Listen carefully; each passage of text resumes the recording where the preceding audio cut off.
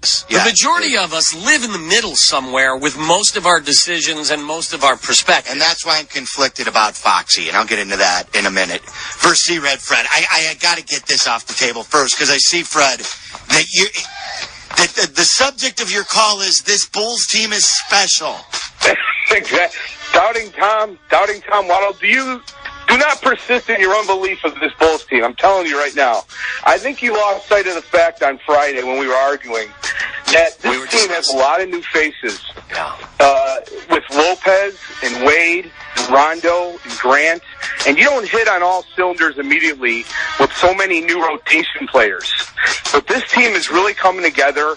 And I think the effect that Wade is having on Jimmy has brought him up to another level. Jimmy's taken it up a notch.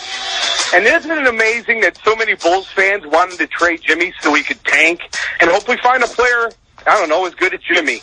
One final point. This team has 0 players in the top 20 in MPGs. 0. So we're going to, for once, be rested and ready for the playoffs. I will say this, Fred. I was a little disappointed to see Dwayne Wade on the court last night with 6 minutes to go and them up 25. I'm just saying. Oh, really? Yeah. Come on. You know who has 3 players in the top 20 in minutes per game? The T-Wolves. Guys learn nothing. That's not. The fact is, that matters. That matters. We want this team to be healthy come playoff time. Wade's going to be fine. And then the teams that we play are not going to want to play us. We're number 1 in offensive rebounds. Number 1. That's due primarily to the addition of Lopez. Fred, what's it going to take for you to believe Fred, listen, guys? I'm not a disbeliever. I'm a common sense guy. They're 7-4. There's 11 games they've played. As Silvy responded to me or said to me, and I said this to Fred last week too. Yeah, that at the they were like 22-12 last year. They were 10 games over. So I mean, there's a lot of basketball. I look at last night. Last night was a really good win. I take nothing away from them. That's a really good young Portland Trailblazers team that shot 35% from the field and 26% from the arc and 61% from the free throw line. They didn't have their fun game. It was, and I'm not taking anything away from them. Let me ask you though, if you would project the Bulls and the Trailblazers in a 7-game series, how's that going to go? The Blazers would win. Maybe in 5. But I'll say this: Jimmy's playing great basketball. He's playing fantastic. Great basketball.